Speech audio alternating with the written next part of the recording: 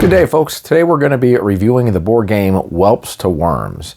Now in Whelps to Wyrms, you're going to be playing the part of a dragon, and the object of the game is to end up with the most amount of gold by the time the game ends. So let's check it out. Okay, so this game does have a lot of components in them, and I'm going to just be showing them to you as I progress with the review. So right over here, we've got different terrain tiles, and there's several different types. So I'm going to go ahead and show you the different types right here. You also have what are called improvement tiles. Now, when you take a look at a terrain tile, it's going to have a specific terrain, and there are these little cards here that have the same background as that, and they have different things on here. So these are what these improvement tiles mean, and the rewards that they give you. Right over here, you have objective cards, and you're going to be earning these throughout the game as you're able to complete different objectives. So, for example, if you're the first one to find a abandoned camp, you'll pick up this card, and you'll score this amount of gold. Right over here, these are the end point objective cards. So at the end of the game, if you are able to complete any of those, and then that amount of gold. Right over here, these are the Slayer cards. And anytime you have to add a Slayer to the game, what you're going to do is you're going to draw it. And here is a typical Slayer card. Now they're going to have their own standee, so you're going to add that to the game, and I'll show you how to do that in a little bit. This is going to tell you the type it is. It's basic. They have stronger ones here with the gold cards. And it also tells you an action. This one says, when the Slayer loses combat, place a sheep on his tile. This is his strength. This is what you're going to have to either tie or beat in order to defeat this particular Slayer. And then this is a reminder of the meeple that you're going to place in your belly when you beat him, and then this will tell you how much gold that you will get. And in the beginning, you're going to go ahead and set up your tiles. You're going to put the nest tile right over here, and then you're going to put 3 tiles surrounding it, and then you're going to draw an improvement card, put it on the tile, and then you're just going to go ahead and fill the tile up with its different components. So this one's a sheep farm, so this is going to get 3 sheep. Right over here, this is abandoned camp. This is going to get 2 gold, and this is going to continue to get 2 gold every round until someone ends up raising it. And then right over here, these are experience cubes, and experience cubes are going to allow you to purchase different things on your player board. So in the game, there's 4 free actions that you're going to be able to do. One of them is move. I have my little worm over here, and so for movement for the worm, I can move 1. So let's just say I move over here. That's a free move I can do. Another one is buy skills. Another one is increase maturity. This means you're going to level up your dragon. And then the 4th one is gain experience, and you're going to be getting experience in a number of different ways. Some examples would be eating livestock, eating humans, and combat with other dragons, and there's a few other ways as well. Well, the first thing you're going to go ahead and do in the beginning of the round is you're going to just do a ready. You'll draw an objective card, which will be from this deck here. Let's just say I draw that. I'm going to go ahead and add gold and animals to all the tiles and replenish them essentially. And then after that, on my turn, I'm going to go ahead and have some actions I can choose from. Now in the beginning, I'm going to have 2 dragon cubes at my disposal, so I'll be able to do up to 2 different actions. So on the dragon board, you're going to have 3 different dragons over here. You've got the whelp, the drake, and the worm. You've also going to have like these different abilities that you're going to be able to buy, and also you're going to have different actions. So we'll go ahead and go over the different actions. With the attack action, what you're going to do, this is going to be used to attack a dragon, slayer, or to try to get a lair. And then this is going to tell you how many dice that you're going to be able to roll anytime you are doing combat. So let's say I have a dragon over there and I've got a slayer. The slayer has 7 hit points, so I'm going to try to do an attack on him. Right now I'm a whelp, so this is going to go ahead and give me 2 dice to roll. So I'm going to go ahead and roll them, and let's just say I happen to roll an 8. So I have defeated the slayer, so what's going to happen is I'm going to take a meeple to represent the slayer and put it in my stomach, and then I will also receive 3 gold. Now, if I end up not defeating this layer, I'm going to go ahead and take a wound. What you'll do is you'll roll the die, and this is where your wound token is going to be placed. And in this case, it's going to be placed on eat. So in order to remove the worm token, you're going to have to spend a gold, and then that's going to go ahead and get rid of your wound token. You're not going to be able to use this action until this is removed. Now, if it turns out that you have a wound on your attack and you end up getting attacked, you're going to automatically lose the battle. and you're going to have to place another wound token.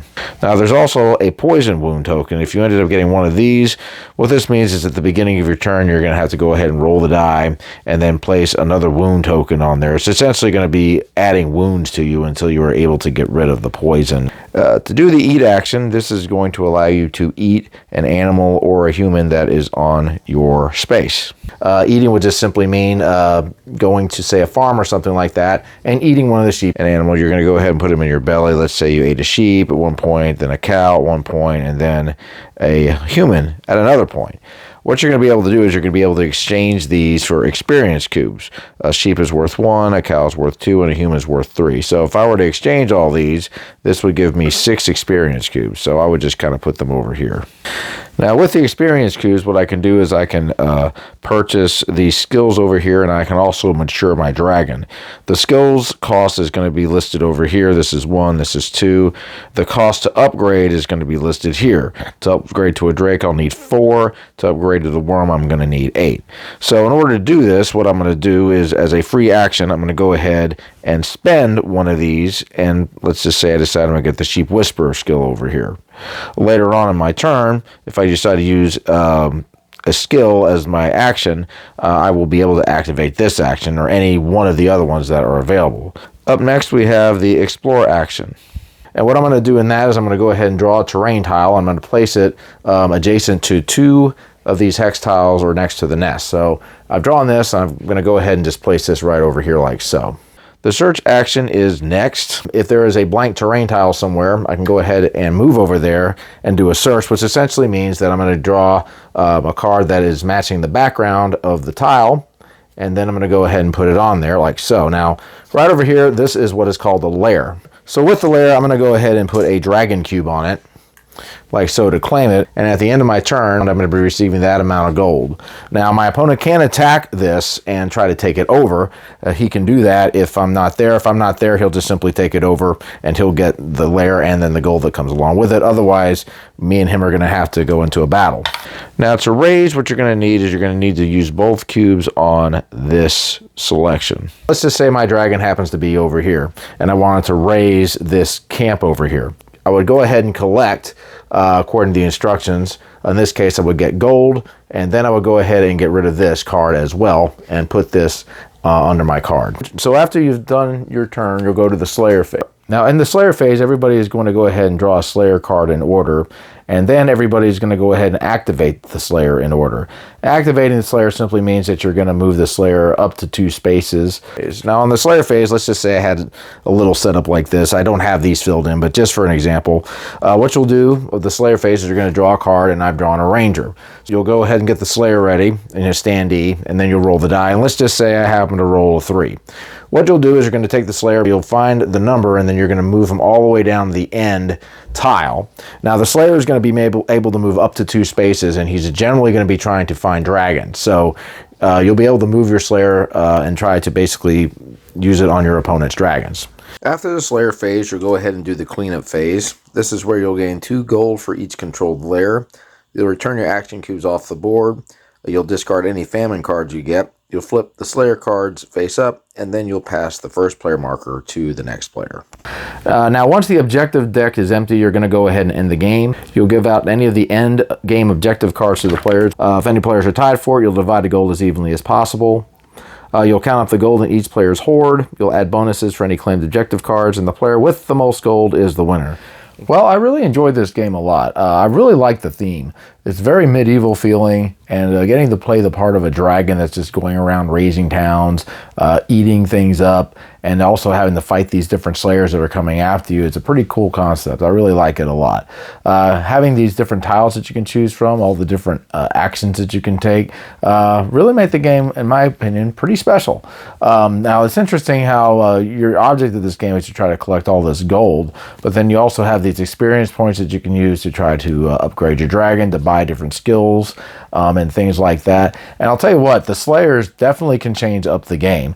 Some of these Slayers are not easy to beat. They've got some pretty high strength, and some of them actually increase in strength during the game and actually can add strength to other Slayers. part of it is like, okay, I need to get rid of the Slayer as fast as I can because it's going to be a problem. So you might send it your way to try to battle it, or you might send it to your opponent who may be a stronger dragon to try to battle it and get rid of it. But those Slayers can fill up the board pretty quick. Obviously, Slayers do not like dragons. It has a lot of different little elements that you can do. Playing the part of a dragon is a cool idea, and you really kind of do feel like you're living in living as a dragon that just goes flying around, growing, raising, eating, fighting, and doing all these things. So it's kind of cool because a lot of the games I've seen, you're not the dragon, you're actually fighting the dragon, but this flips it around. So I think it's a good game, and I'm looking forward to the day it comes out. So I definitely recommend anybody who likes games that are about medieval dragons and have some fantasy lore in it to check it out. All right, guys, that's my review of Whelps to Wyrms. We'll see you later. Keep on gaming.